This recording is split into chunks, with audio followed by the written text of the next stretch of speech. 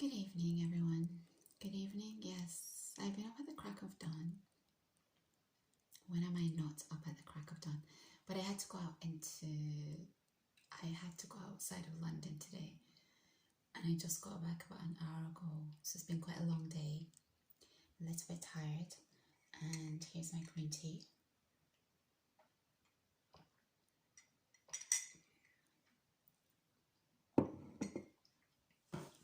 Let me tell you a little bit about my day.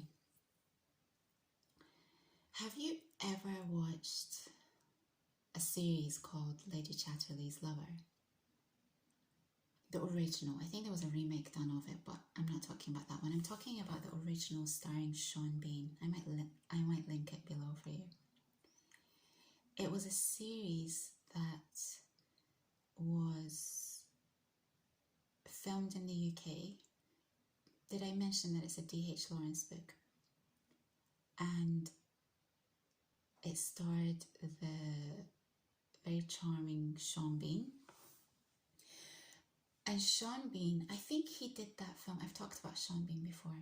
He either did that film before or after Sharp, but I have a feeling it was after Sharp. Sharp was awesome. It was a series about a Linkit. It was such an amazing series. Sean Bean has had a very, very, very long career. It was much later that he cracked America and did all the American type movies. I think he was in Bond at some point, James Bond, like a villain in James Bond.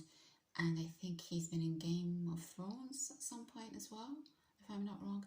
So he's got this very, what accent does he have? It's a Yorkshire. I think he has a Yorkshire accent. So he stars in this series called Lady Chatterley's Lover, which, if I'm not wrong, because I did read the book a long time ago, is about this lady who's married to a man. She's a titled lady in old England. She's a lady, and she's married to a man who, I don't want to say that he has some kind of, he's not able to perform. He's kind of bedridden, I think. I don't know. I wasn't smiling. That's not.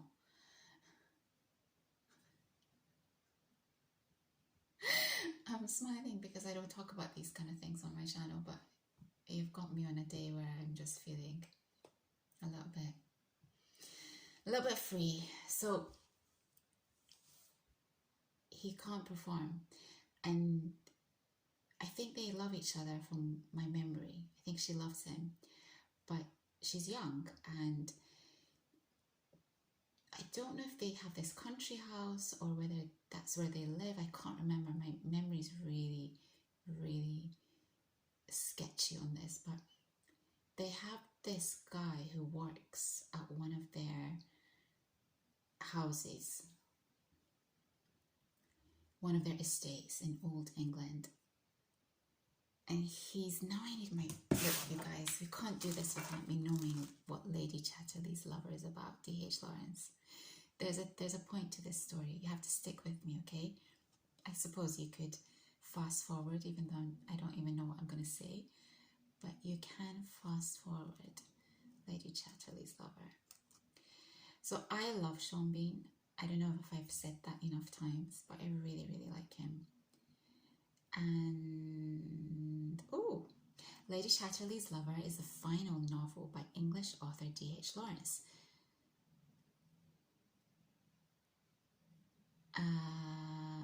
It was banned for obscenity in the United States, Canada, Australia, India, and Japan. The book soon became notorious for its story of the physical and emotional relationship between a working class man and an upper class woman. Its explicit descriptions of lovemaking and its use of then unprintable profane words entered the public domain in the US in 2024. What? You guys. So the plot, let's get to the plot. The story concerns a young married woman, the former Constance Reid, Lady Chatterley, whose upper-class baronet husband, Sir Clifford Chatterley, described as a handsome, well-built man, is paralysed from the waist down because of a Great War injury. Constance has an affair with the gamekeeper, Oliver Mellors. The class difference between the couple highlights a major motif of the novel. The central theme is Constance's realization that she cannot live with the mind alone. She can't just live with her husband on a mental level. That realization stems from a heightened physical experience that Constance has felt only with Mellors, suggesting that love requires the elements of both body and mind. So, I love this film for so many reasons. And obviously not the affair aspect. Obviously we all know that's wrong. But let's forget about that for now. Less than 10% of storage. It was just this really beautiful relationship between Lady Chatterley, whose name I forget, the actress who's the sister-in-law of that Irish actor who lives in America, Liam Neeson's sister-in-law, and Sean Bean. And Sean Bean is amazing.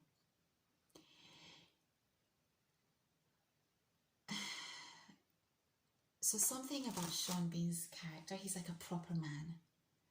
I don't know what a gamekeeper is, I don't know what they do, but he's the kind of man who's just got that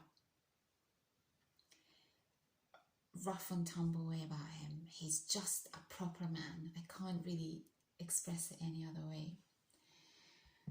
And these days, well, I never really go out, as you know, I don't socialize, so I'm not around people. But at the same time, well, I live in a city. How am I going to come across these kind of people? It's an impossibility, right? You're not going to be around these kind of people in the city. But today I was. Today I was. And let me tell you, ladies and gentlemen, or gentlemen, let me tell you, there was this gentleman that I was around today outside of London in an accidental way, as in I wasn't expecting to meet this person, but I did. And he had that Sean Bean way about him.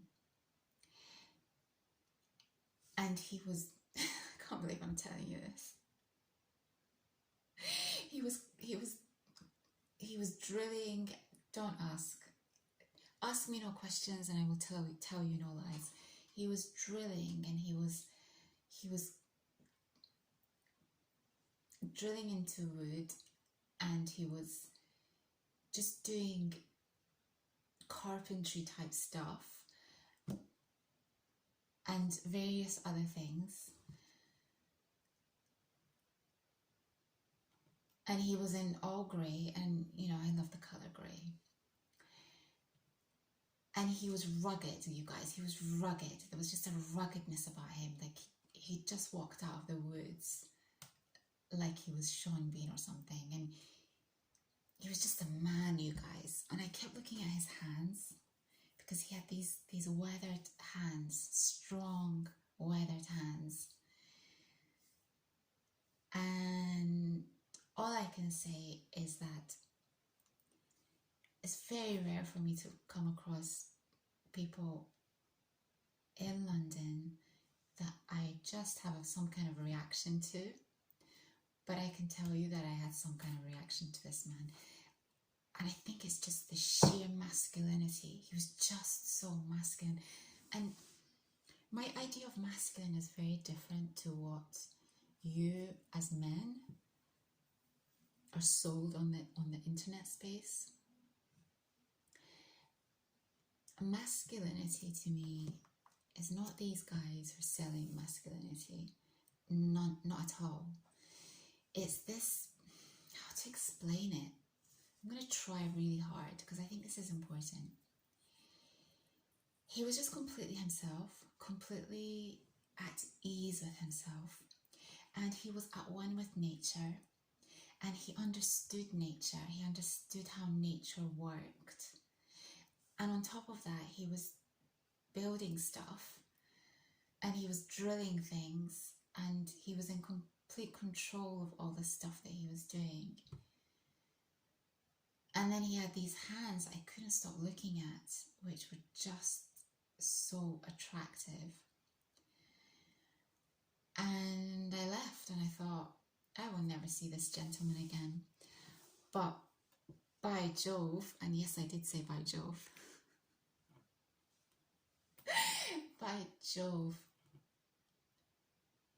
it made me feel a certain relief that I can have those kind of feelings, because I really just don't have those kind of feelings in London.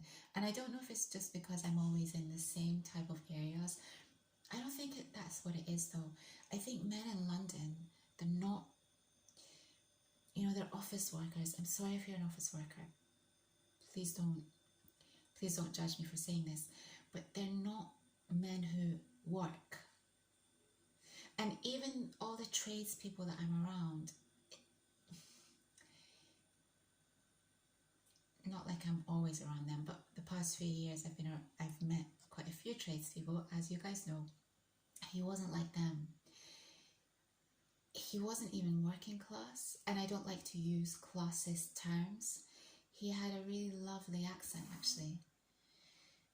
He was just different, okay? I don't like classist terminology. I don't think it's productive. I think what I was trying to say was that he sounded nothing like the Londoners. And he wasn't even a tradesman. He was just, I can't talk about him too much without revealing who he is and what he does. But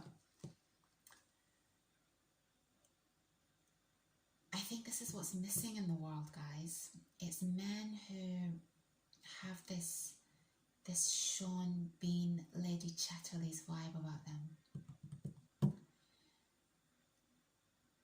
Suffice it to say, I thought he was hot. But yes, unlikely that I'll see him again. But he was lovely. He was very nice, and I think we both took a liking to each other. So that's my story. It has no real purpose other than to say, I think the key to masculinity, and there are so many different forms of masculinity, there really are, but I think the key to masculinity is to be really comfortable in your own skin, and to have an ability to just do stuff. I think at some point I asked him, have you been taught how to do this stuff, or are you self-taught? And he said, I'm self-taught. Guys, come on. This guy was the stuff. I think he'd made a table. It was incredible. It was incredible, the stuff that he'd made out of wood. So yes, let me just have my moment, guys. He was weathered, he's out in the sun, the elements. He's weathered. He's a proper man.